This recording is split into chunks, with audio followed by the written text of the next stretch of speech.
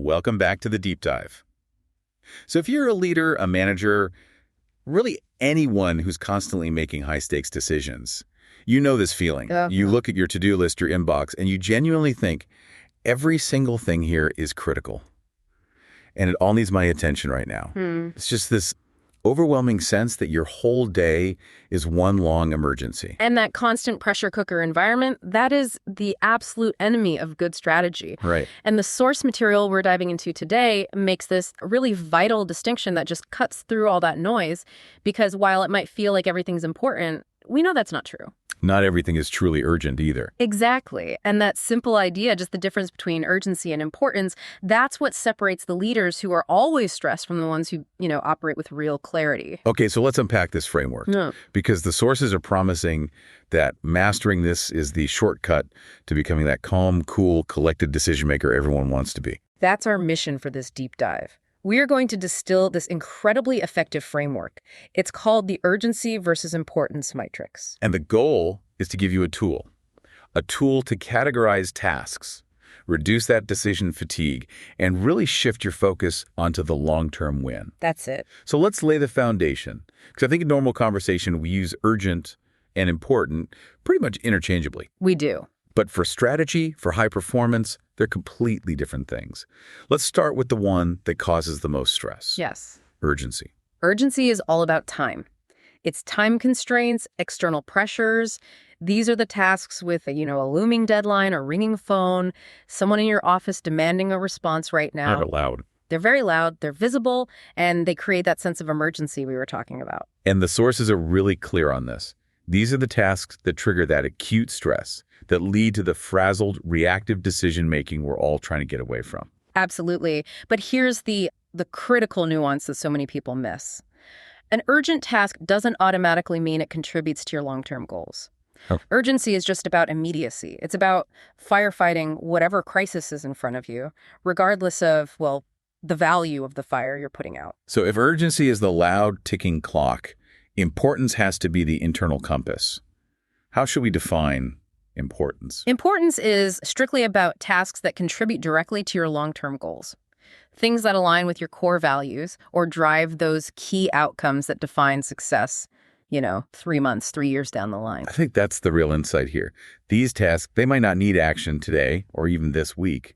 But if you neglect them, the consequences are huge. They're significant and long-lasting, yeah. They're about strategy, vision, the big business objectives. It's the difference between, mopping the floor and pouring the foundation for the new building. Precisely. And once you have these two factors, urgent versus not urgent and important versus not important, you get these 4 distinct quadrants. And that matrix, it's the simplest way to stop just reacting to the world and start, proactively leading. Okay, so now we get to the core framework. We're going to walk through all 4 quadrants and give you a specific strategy for each one. Let's start with quadrant 1, the high stress zone. Tasks that are urgent and important. These are your true crises. They are absolutely critical and they are time sensitive. They need your highest level of attention and you need key decision makers involved right away. And the examples from the source material are things that, genuinely threaten the business. A major client crisis, a system-wide failure, a key partner suddenly pulling out of a deal. Mm-hmm. The action for this quadrant is crystal clear. Yeah. Escalate immediately. You stop everything, you handle it. Right. But the goal of good leadership is to spend as little time in Q1 as you possibly can by planning ahead. So let's move to quadrant 2. This is the most valuable and honestly the most neglected quadrant. Low urgency, but high importance. Oh, okay. So if Q1 is the fire alarm, Q2 is the strategic blueprint. I like that. These are the tasks that define your future success, but because there's no immediate deadline, they are so easy to just push off. And they require deep strategic thinking. They need analysis, team collaboration. This is where you have to proactively invest your time. Think about new business strategies or a 5-year plan or a major financial investment. So if these tasks are so critical, they're the whole organizational strategy, why do leaders struggle so much to make time for Q2? Do the sources say why Q1 always crowds it out? It does. The argument is that Q1 tasks are just. They're noisy. They give you that immediate satisfaction of solving something. Yeah. You get that quick hit of dopamine from putting out a fire. Problem solved, check it off the list. Exactly. Whereas Q2 tasks, they're quiet, they're often messy, they take deep concentration and can feel really slow. So if a leader doesn't actively protect their Q2 time, Q1 tasks will just invade and devour it. And that's how you get a company culture of constant firefighting. So the action here isn't panic, it's thoroughness. The required action for Q2 is propose for approval. Give it the deep thought it deserves. Exactly. Now let's hit the time waster category, starting with quadrant 3, low urgency and low stakes. These are neither urgent nor important. I think every leader listening can picture the last 3 emails they got. They were classic Q3. Oh, yeah.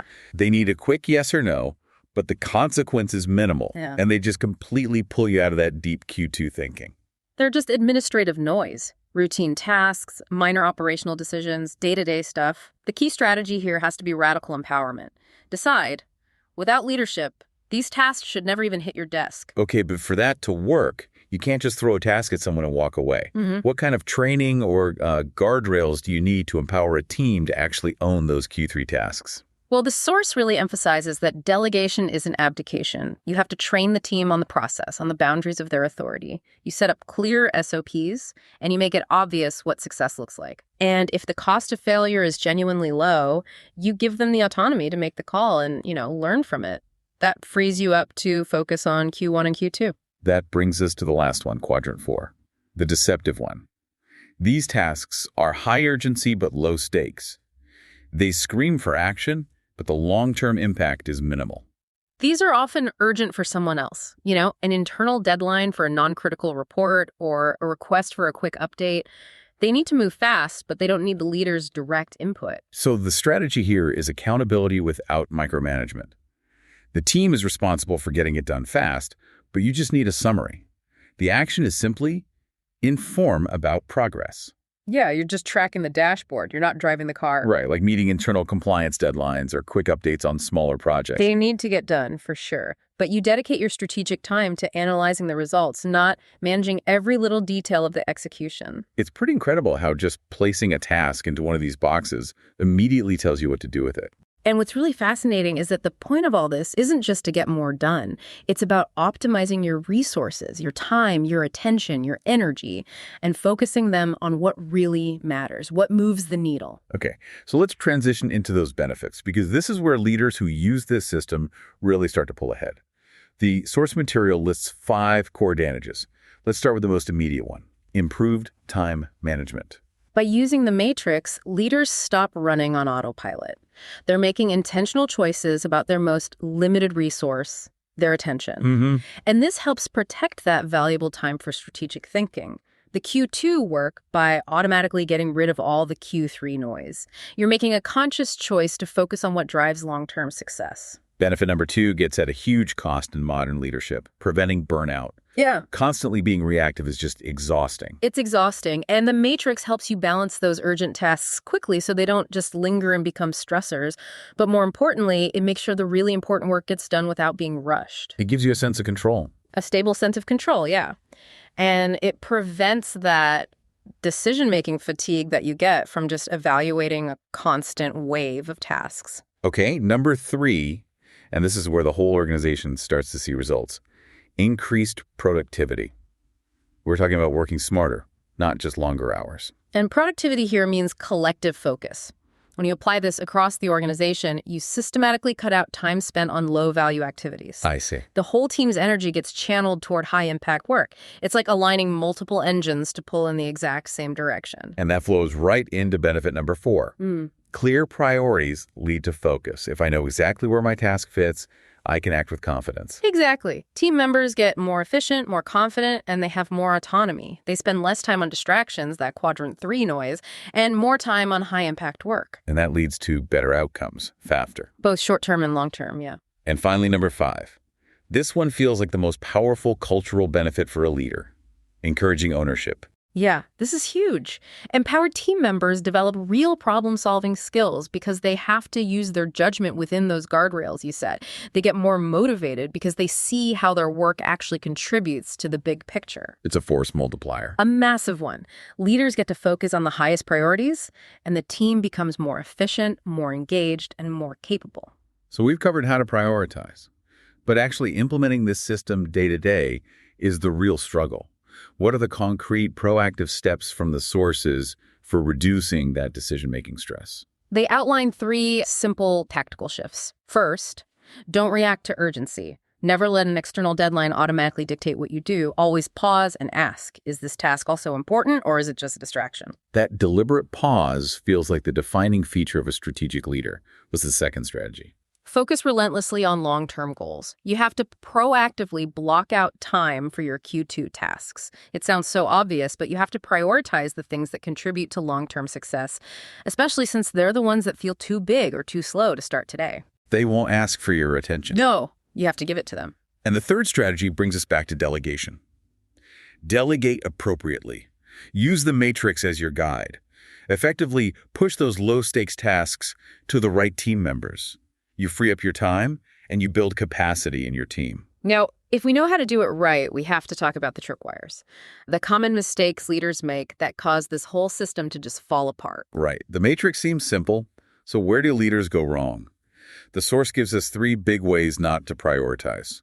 Let's start with the one that just defeats the whole purpose. The biggest pitfall is the one we started with, treating urgency as importance. Leaders fall into this trap constantly. They let the pressure of a deadline override any thoughtful decision-making.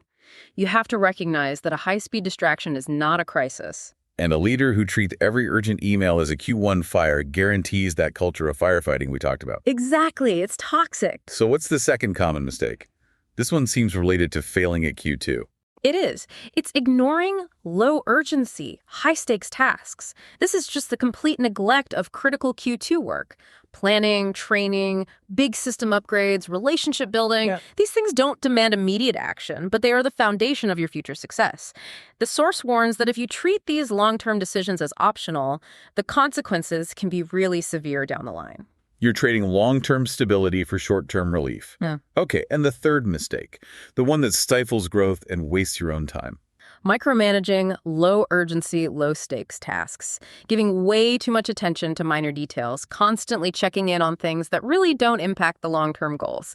It prevents leaders from focusing on what's actually important. And it demoralizes the team. Completely. It wastes time, kills morale, and erodes all the autonomy you just worked so hard to build.